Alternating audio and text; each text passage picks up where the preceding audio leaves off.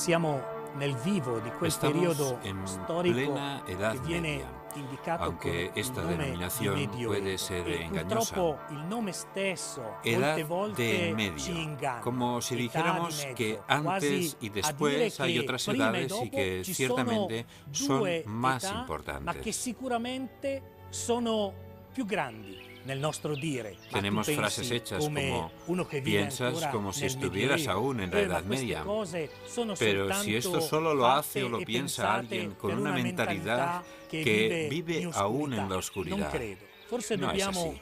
Quizá imparare a debiéramos riconoscere empezar a darnos che in cuenta questa de que en età esta época brilla in de maniera forma ejemplar esemplare el gran grande acuerdo accordo entre fra el hombre que piensa e y el hombre que agisce. actúa. Ma su che cosa? ¿Pero sobre Yo qué? como franciscano lo tengo ante mí cada día. Cuando me pongo cada mañana la túnica que Francisco quiso que fuera de una forma determinada, forma de cruz.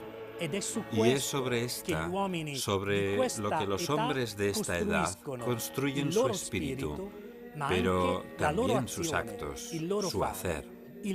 La Edad Media es ciertamente una época de grandes novedades intelectuales.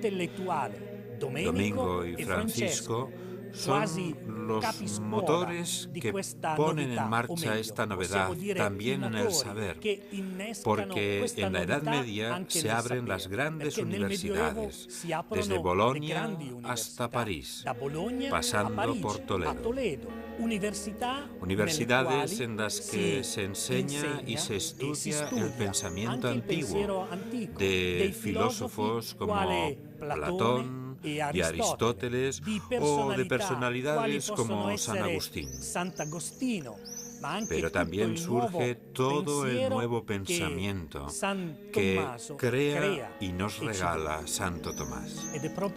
A la universidad medieval debemos el nacimiento de la escolástica, que profundiza en la relación entre el conocimiento científico y el conocimiento teológico o la revelación divina. Alberto Magno, San Buenaventura de Bagnoregio, Tomás de Aquino, son ejemplos de todo un ejército de frailes, sabios y pensadores que ponen en el centro al hombre, encontrar y comprender su relación con Dios. En esta dialéctica es donde reside la fuerza de la escolástica. Y en las universidades católicas medievales encontramos a estos grandes personajes que ya hemos citado, y que son capaces de entablar diálogo con la cultura árabe-islámica. Hombres capaces de salir a la palestra con fuertes convicciones enraizadas en la verdad, la persona de Jesucristo, su Evangelio. En Campania, en 1223, nace Santo Tomás de Aquino, no muy lejos de la abadía de Montecassino. Allí transcurre sus primeros años, antes de frecuentar la Universidad de Nápoles, la cual, fundada por Federico II y gracias a él, se ha convertido en lugar de encuentro entre las culturas árabe y cristiana. Igual que la Universidad de Toledo, donde gracias al arzobispo Raimundo se ha dado gran impulso a las traducciones del árabe de textos griegos. Nápoles, Palermo y Toledo eran tierras limítrofes con la cultura musulmana. Todo el sur de Italia estaba viviendo con Federico un gran momento cultural en todos los aspectos, por lo cual no podían quedar fuera de este despertar también las culturas árabe y griega clásica. Pero volvamos a Tomás y sus estudios en Nápoles. Allí conoce a los frailes predicadores de Santo Domingo y en el año 1244 se une a ellos. El mismo superior de los dominicos envía a Tomás a continuar sus estudios en París. Allí encontrará a otro predicador, Alberto de Colonia, que será conocido como Alberto Magno por sus grandes dotes y capacidades. Cuando era joven, me impactó una afirmación sobre Santo Tomás de Aquino, que Santo Tomás enseñaba aquello que vivía. Y por ello me pareció que el santo era un auténtico hijo de Santo Domingo, del cual se decía que predicaba aquello que había vivido. Santo Tomás de Aquino, en la primera cuestión de la Summa Teológica, recuerda que la teología es una ciencia. Pero, ¿cómo profundizar principios que nos vienen dados por Dios mismo? Santo Tomás dice que hay dos caminos. La vía del estudio, que él mismo perseguía, pero también el camino de la experiencia. Y Santo Tomás ha penetrado en la realidad divina a través de las dos vías. En lo que respecta a la caridad, Santo Tomás propone un pensamiento verdaderamente original. Todo el mundo reconoce que Santo Tomás caracteriza la caridad como la amistad sobrenatural con Dios. Por otra parte, el mismo Jesús dejó dicho: ya no os llamo siervos sino amigos. Además de muchas otras afirmaciones sobre la caridad, como por ejemplo, quien tiene la caridad posee a Dios. Y poseer a Dios significa utilizarlo y gozarlo como uno quiere. Creo que cuando Santo Tomás afirmaba estas cosas, lo que hacía era poner por escrito su propia experiencia personal. Quien tiene caridad posee a Dios. Y poseer a Dios significa uti et frui, usarlo y gozarlo como uno desee. Antes de morir, Santo Tomás dijo que todo aquello que le había pedido a Dios en la oración siempre lo había obtenido. El Papa Gregorio IX ha excomulgado a Federico II acusándole de haber interrumpido la sexta misión. Es el 29 de septiembre de 1227. Federico II negocia con éxito la rendición de Jerusalén a pesar de la excomunión. Pero no por ello mejoran las relaciones entre el emperador y el Papa, hasta el punto de que los dos ejércitos se enfrentan en la frontera entre sus reinos. Un conflicto que durará hasta que el Papa retire la excomunión. Son tiempos verdaderamente difíciles. Guerras, pacificaciones, cruzadas, excomuniones, herejías. Un tiempo lleno de retos que deberá afrontar el Papa, la Iglesia. Pero Gregorio IX es un Papa fuerte, decidido. Un Papa que, por medio de las órdenes mendicantes, quiere que la Iglesia siga siendo capaz de proponer en su integridad el mensaje evangélico. En el año 1231 instituye la Inquisición, poniendo al frente de la misma a los dominicos. Y aunque muchos se oponían al estudio de la filosofía de Aristóteles, sobre todo fuera de las órdenes mendicantes, Gregorio IX reabre en 1231 la Universidad de París para que el pensamiento de Aristóteles fuera estudiado cada vez más.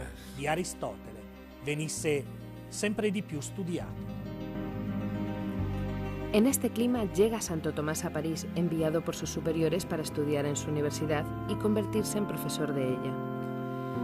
Más adelante enfermará en Italia y morirá en el año 1274 en la abadía cisterciense de Fossanova, entre Nápoles y Roma, donde se alojaba.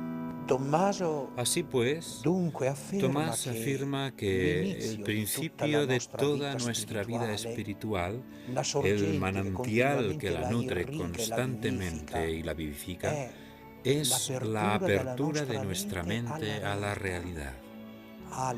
Después de él, ha habido otros que dirán que el inicio de la vida espiritual es una duda. Otros negarán incluso que exista una realidad y afirmarán que solo hay interpretaciones subjetivas de la realidad.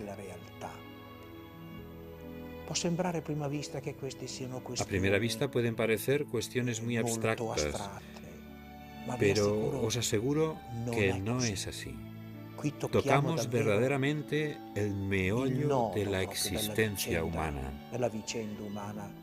Pondré un ejemplo. Si tiene razón Tomás, entonces, ¿qué quiere decir educar a una persona? Quiere decir introducirla en la realidad. Pero si solo existen interpretaciones de la realidad y no la realidad, construcciones subjetivas de la persona, del hombre, ¿qué quiere decir educar a una persona? No se entiende el sentido que puede tener la educación y nos encontramos frente a algo que no dudo en llamar el derrumbe de la educación contemporánea.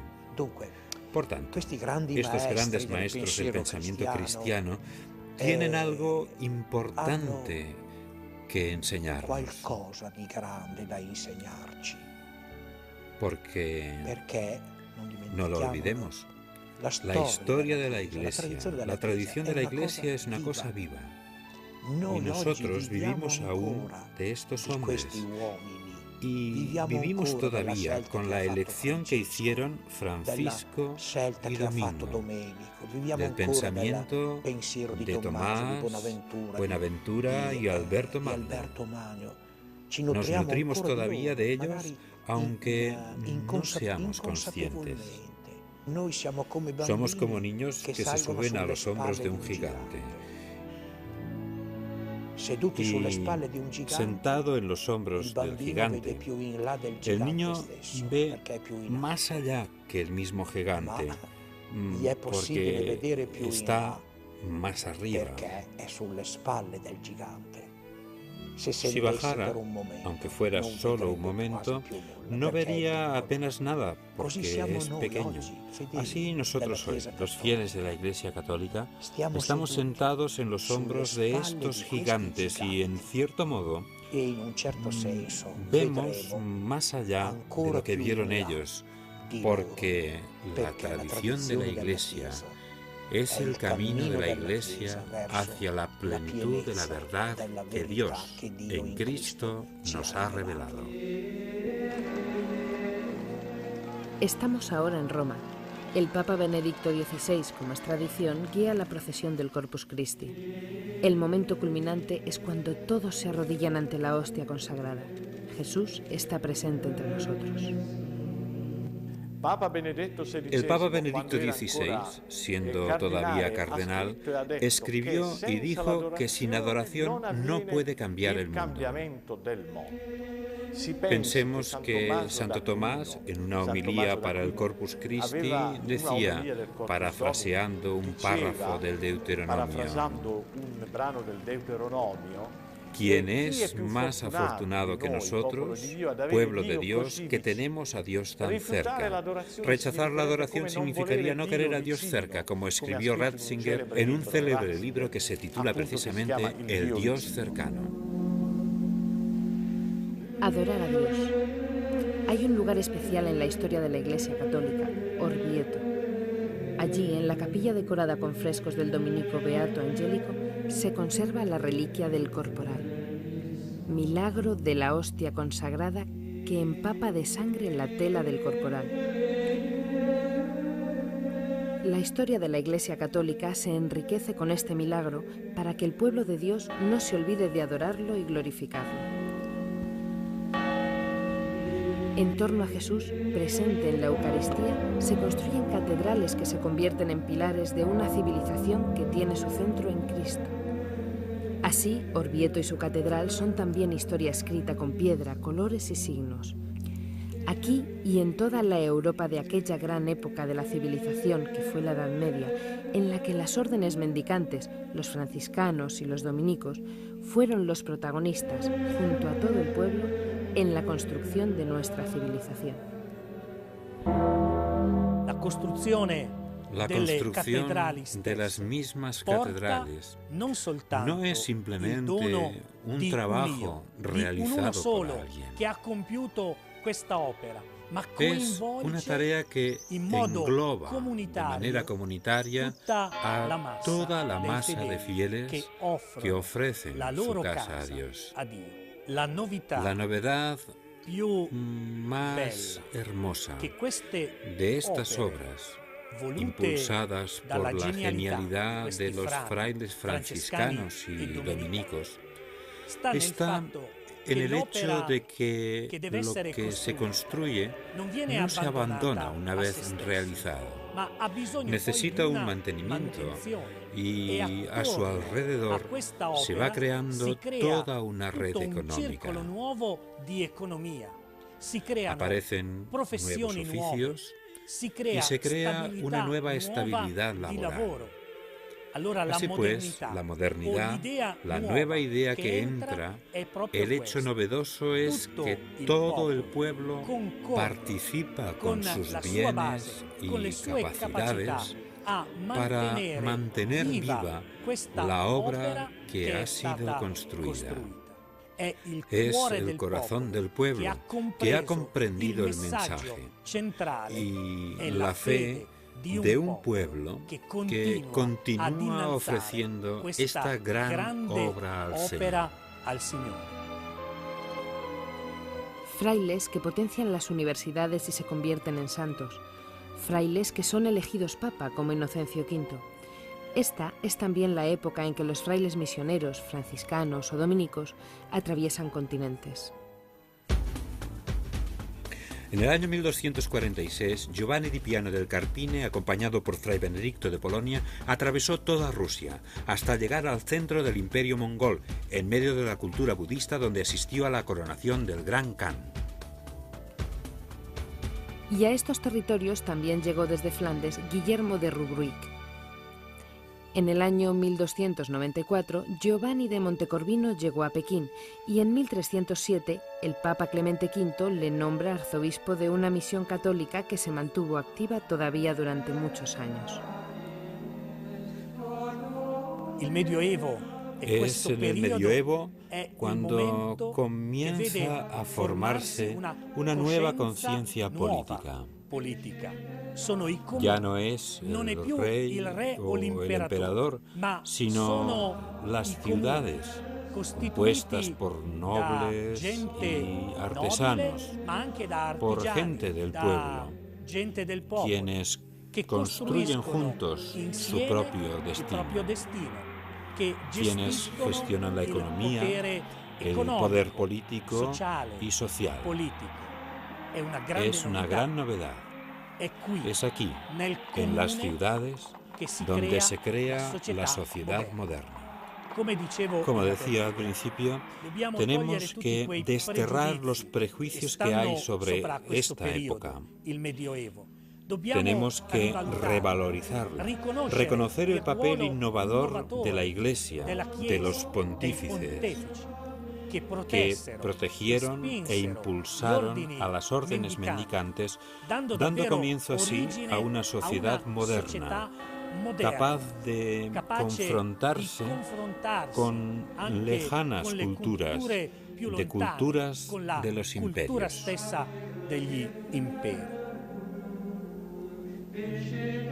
Enfrentarse a la cultura de los imperios significa, tanto ayer como hoy, acercarse a los más débiles y necesitados, a los enfermos. Y junto a las órdenes mendicantes, totalmente inmersas en una vida de caridad, nacen y se desarrollan durante todo el medioevo, hasta llegar a nuestros días toda una serie de organizaciones de asistencia concreta a los pobres, a los niños, a los ancianos y a los enfermos.